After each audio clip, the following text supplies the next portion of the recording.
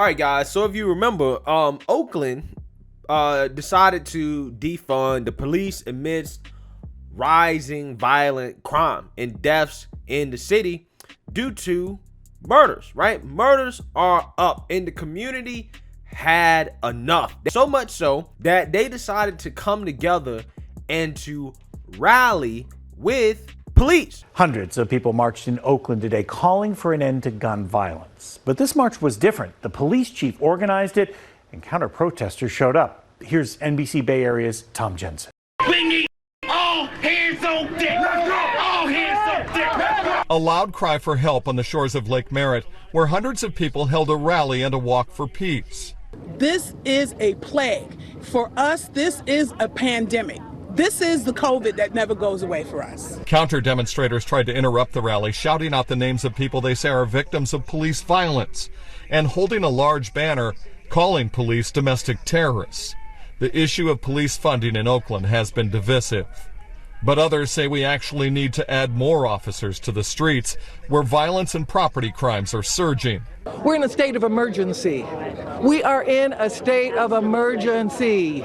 We are going down a dystopian road to hell in a handbasket. Oakland's police chief, business owners, and church leaders saying gun violence has gotten out of hand. I hear that gunfire 24/7. And true unity is the only solution in Oakland, a city that's had a violent reputation for decades. It is time that we come together and we unite behind reducing gun violence in the city of Oakland. While we're arguing about how to go forward, our children are being left alone. The city's new chief of violence prevention says the solutions start with listening to Oakland youth searching for a feeling of community and hope, and who too often turn to guns and violence. If our children are acting out, we have to check out what we're doing because we have some responsibility in that. Stand up for a safe Oakland.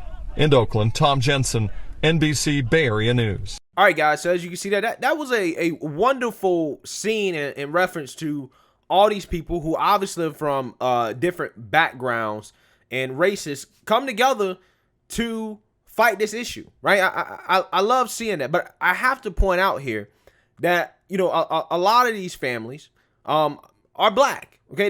They're blacks, okay? A lot of black mothers who lost their sons to senseless violence came together with the police chief and said, hey, we got to stop this violence. We have to solve the problem. Now, everybody in that area, it's the West Coast, it's the left coast, did not like that, as some Antifa or Antifa-minded anti-police, anti-cop protesters showed up to express their disagreement with families who are suffering from increased gang violence and murders, teaming up with the police. And it got very, very, very confrontational, to say the least. And for whatever reason, NBC decided that they was just gonna leave this part out of the news coverage. Take a look. That's a lot. There are not hundreds of people, and there's so many people that the police. There's confusion going on in that same community. For us bringing ourselves together.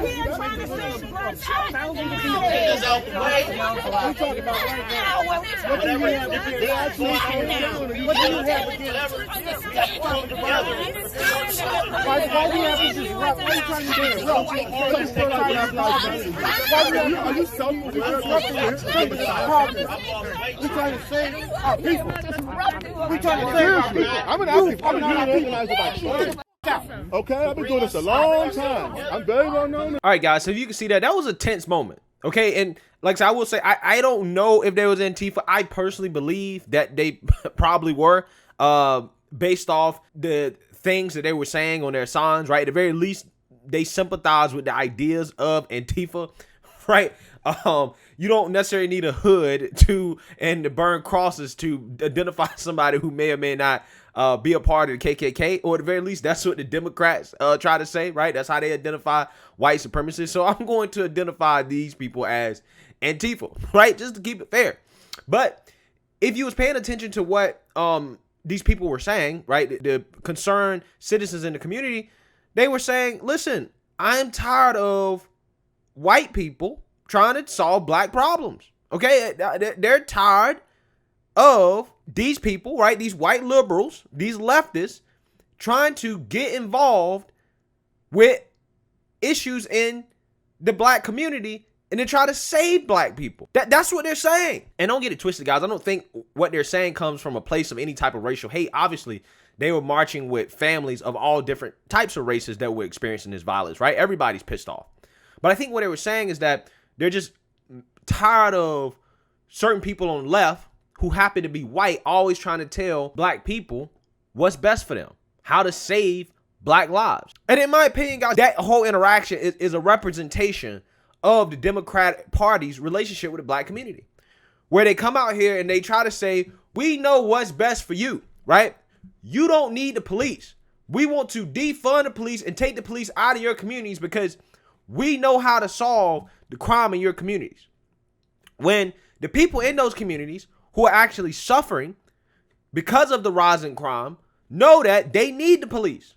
And this is why they're out there rallying with the police, right? Coming together with the police to partner on how to actually solve the issue, which used to be the standard Democrat position on police, right? They used to be for community members and the police coming together to try to figure it out, working together. That's what they used to be for. But now the Democrat Party has gone so far left that they want to abolish the police, and they don't even like black people working with the police. They don't even want to see it. And as you can see, guys, that anger and frustration, it is, again, the same type of frustration I feel like the black community should have with the Democrat Party. They should. Because that's the type of paternalistic relationship that the Democrats claim over black people. And Democrats have been the ones running these liberal cities for years. And this is what you got. This is what you got. And it just blows my mind how these anti-cop protesters, right, aka Antifa, how they have the cojones to come out here and to protest police when people who have suffered, who've lost children to violence, are trying to solve a problem. They have the cojones to go out there and protest the police. It's absolutely insane. That is the entitlement that a lot of people on the left have in regards to their relationship with the black community. That's how much they think they own black people. We know what's best for you. Shut up. Don't talk to those people over there. They're bad. Okay, don't talk to those people. Don't that sound familiar, that how Democrats talk to black people that decide to become Republicans or to be conservative? It sounds very familiar. And I think moving forward here, I think a lot of people in the black community need to understand Democrats aren't your friends, man. And listen, I'm not going to sit here and try to act like Republicans are necessarily good friends of the black community either. What I'm saying is that if you want to get anywhere at all, you have to let the Democrat Party go, right? At least give the Republicans a chance, okay? At the very least, Republicans, you know you getting law and order, right? At the very least, you know with Republicans, you know what? Law and order, right? Hey, I'm just saying. With Democrats, they don't want law and order. They don't believe in law and order. And the Democrats won't even call out these people. They won't even call out Antifa. They say, oh, no, Antifa's an idea. Don't worry about it. They're not dangerous. Even though, I mean, we see on a nightly basis, they terrorize cities like Oregon, right? They terrorize the left coast. Okay, oh, don't worry about it. They're not the threat. White supremacy is the threat. But what these citizens in Oakland are dealing with is not white supremacy. It's not. They're dealing with the negative ramifications of failed far left Democrat policies. That's really what they're dealing with, which really has contributed to the culture issue of gang violence and violence in general. This is what they're dealing with. But once again, here we are, people on the left telling these people, oh, no, don't do that. Don't do that. Your problem is actually white supremacy and the police. The police are actually the problem, right? This is what the Democrat Party does. This is what the left does.